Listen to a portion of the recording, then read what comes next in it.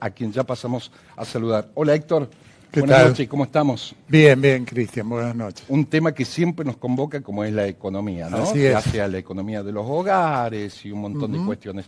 Pero antes de empezar, Héctor, me gustaría saber tu opinión acerca de esto que ya tiene media sanción, con la mayoría de los votos ahí en la Cámara de Diputados, de que Córdoba, o 13 departamentos de Córdoba, salen de la zona fría. Así es. Aparentemente el proyecto sigue caminando, ahora va al Senado y indudablemente que los cordobeses van a ver en sus bolsillos reflejado un importante aumento en su factura de gas, en una estrategia del gobierno que no se termina de entender porque aparentemente para lograr los votos necesarios en la Cámara de Diputados se ha ofrecido a las provincias del norte declarar las zonas cálidas. Claro. Entonces dar un subsidio a los consumidores de gas en esas provincias a cambio de los votos. O sea, no sabemos todavía en la ecuación económico-financiera cuánto va a incidir, lo que sí sabemos que el ingreso disponible que viene tan golpeado en los últimos tiempos de los cordobeses se va a ver notablemente afectado. Seguramente, y todo esto, dicen que después hay que reempadronarse, etcétera, pero me parece que desde la lógica, desde el sentido común, uno de los pocos sentidos que tendría que ser común, pero no lo es, hubiera sido, bueno, a ver cuáles son aquellos que tienen condiciones de pagar y sacarle el subsidio. Sí, pero ahora... indudablemente, Cristian, que lo lógico, lo normal sería que no existieran subsidios, sino que el poder adquisitivo de quien trabaja sea lo suficientemente digno como para poder pagar el costo de los servicios. Pues los subsidios traen distorsiones, traen injusticia. En eso coincidimos. Y trae también este manejo político de la zanahoria te lo doy o te lo saco. Ha dado lugar a muchas cosas los subsidios que no son sanas para la economía. Lo que pasa es que si los salarios, las jubilaciones, los ingresos de los profesionales no acompañan los mayores costos, indudablemente que se producen este tipo de distorsiones. Seguro. Lo decía en la presentación, Héctor, quiero saber tu visión. ¿Hay una especie de plan integral económico en Argentina o solamente favorece a algunos sectores? Bueno, nosotros esto lo venimos hablando desde el año pasado contigo, Cristian, y decimos que este plan económico, que es un plan económico que se agota en lo financiero, porque la visión productiva que le daría integralidad con un esquema tributario acorde a premiar a la producción, a castigar las actitudes especulativas, no está presente, no está tampoco, no se avisora que sea materia de discusión, solamente se discute cómo se van a atender los compromisos de deuda y hay algún esfuerzo legislativo, tal el caso del RIGI, para orientar inversiones hacia sectores netamente extractivos que no dan valor agregado, no integran cadenas que uno de los de valor que agregado. Más se favoreció en este plan económico es el financiero, los bancos que son los que más ganaron. Bueno, esta economía a dos velocidades Sí. Ha visto cómo se ha deteriorado el sector industrial manufacturero. 24.000 empresas pymes han cerrado. 24.000 pymes que han cerrado, 300.000 puestos de trabajo que se han cancelado, cómo ha caído la construcción, que es generadora de mano de obra, y cómo ha crecido el sector financiero, el sector de la minería, el sector del gas, aquellos sectores netamente extractivos y también el sector agropecuario que ha acompañado en este crecimiento. Pero eso provoca una gran desigualdad social y una tensión creciente en la malla social. Seguramente. El ministro Caputo lo habrá sentido, el ministro de Economía, Toto Caputo, dijo que vamos a entrar en los 18 mejores meses económicos en 20 años. Muchas veces salieron a decir los gobernantes, los ministros, unos hablaban de reperfilar la deuda, de que le ponen diferentes nombres. ¿Cuál es tu visión en función también con un dato clave?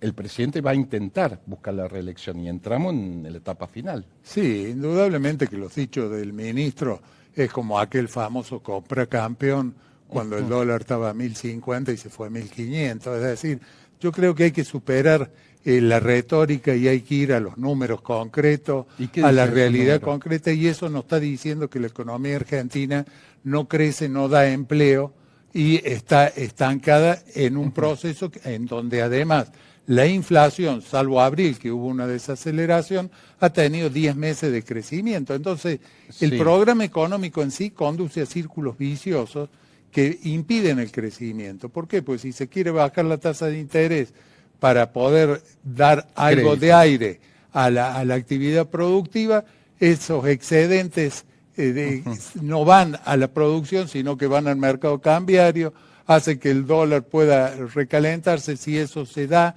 se vuelve a subir la tasa de interés para evitar el traslado a precios, y estamos trabados en eso. Eso por la falta de un programa integral que abarque todos los factores, y no solamente el factor y único objetivo que se traza dogmáticamente el gobierno. Bien, ahí me das pie para pedirle al director una placa de cuáles son los sectores que se han favorecido con este plan de economía, así que se lo vamos a pedir al director, ya lo va a poner en pantalla y seguramente lo vas a ir describiendo, Héctor. ¿Cuáles son? Sí, ¿Quiénes pagan el ajuste? Claro, en realidad más ahí lo estamos viendo en pantalla, más que ver quién se ha beneficiado, tendríamos que ver. El gobierno declamaba que la casta iba a pagar el ajuste. Sí. Si nosotros lo vemos, y lo hemos hecho referencia recién, el empleo registrado ha caído un 3,10%. Las empresas que se han cerrado representan más del 4% del mundo total empresario.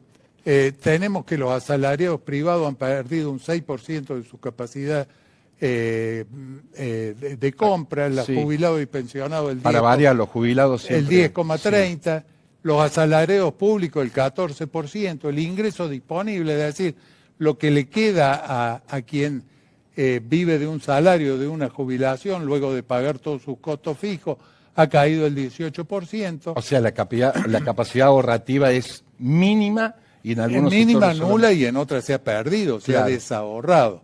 Y después tenemos dos grandes rubros que son las transferencias a la provincia, el 40% las transferencias automáticas a las provincias se han deteriorado sensiblemente, y en el caso de las universidades, hoy el presupuesto universitario es un tercio del promedio de los últimos 6 años. O sea, que estamos hablando de un 66%. Ha caído un 66%. Sí. Todo esto repercute. Con una ley que hace 200 días se votó y que no la cumple, que es el financiamiento. Además de eso, tenemos las universidades en la calle reclamando que se cumpla una ley, lo cual es inédito. Pero esto a su vez trae todo un deterioro en la infraestructura del país. Basta con ver las rutas, el abandono total de la obra pública. Ahora ha habido algunos anuncios que hay que ver cómo se concretan.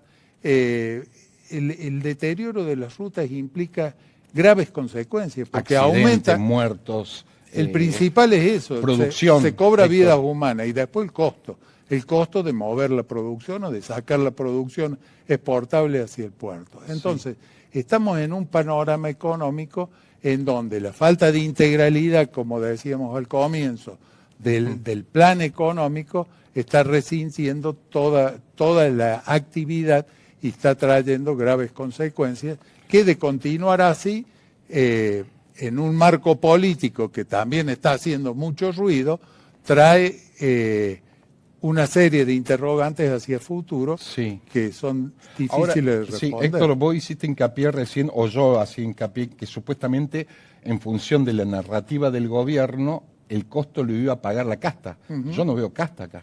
Bueno, en el gráfico que acabamos salvo que definamos casta, que se redefina. Claro, como asalariados, jubilados, provincias, rutas. ¿Qué te dice el pronóstico de la inflación, o el REM, por ejemplo, que es lo que hace el Banco Central con las encuestas? Ahora bajó en abril del 3,4, pero venía subiendo durante 10 meses consecutivos. El dato más bajo fue en mayo del 2025 con el 1,5. Todos contentos, pero a partir de ahí vino subiendo. Algunos decían, el límite de mi ley es el 3%. Lo pasamos el mes pasado con el 3,4 y ahora bajó, recién ahora bajó. Sí, nosotros tomamos el presupuesto que aprobó el Congreso para el año 2026. 10,1. Era el 10,1, y en lo que va del año, hasta abril, se comió toda esa pauta, pues es el 12,3%. Ahí caemos en la teoría que dice que los presupuestos generalmente son un dibujo. Sí, no debiera ser así, pero tampoco debiera haber puede amplitud. haber algún tipo de error o de desviación, pero no de esta magnitud. La inflación anual está estacionada en torno al 30%, Sí. y al final del 2016, parados en esta situación, sin grandes 2026. cambios, sin grandes cambios, o sea, sin cambios significativos, no va a estar muy lejos de ese nivel. Hablan del inflación. 24, ahora le habían bajado al 24 en función de la proyección que según el gobierno tiende a bajar, ¿no? Porque el riesgo país sigue bajando, etcétera. Bueno, el riesgo país tiene sus altibajos, sube y baja, y también está un poco vinculado a una situación internacional en la Irán, cual Estados Unidos. hay una gran volatilidad y que está impactando en la inflación a nivel mundial, pero también está impactando en las cadenas de suministro. Todo esto se suma a la agenda propia que tiene Argentina de problemas no resueltos. ¿Crees que el gobierno, vuelvo a repetir, porque la política entra a jugar acá una importancia relevante, va a haber algún cambio en la economía de Milei, que esa macroeconomía termine derramando en los hogares, en la microeconomía, porque tenemos las elecciones, busca la reelección, entre otras cuestiones? Sí, yo creo que el gobierno es muy dogmático en esto y tengo poca esperanza de que haya cambios, sino que va a seguir por el camino que ya ha emprendido. Por eso siempre digo que hay una gran responsabilidad no solo del gobierno, sino también de la oposición, de generar una propuesta lo suficientemente atractiva para que haga ver que la salida productiva es factible. Mientras no aparezca nadie enfrente, es muy posible que gane Milei. Alguien atractivo como figura electoral. Sí, y con una propuesta atractiva también.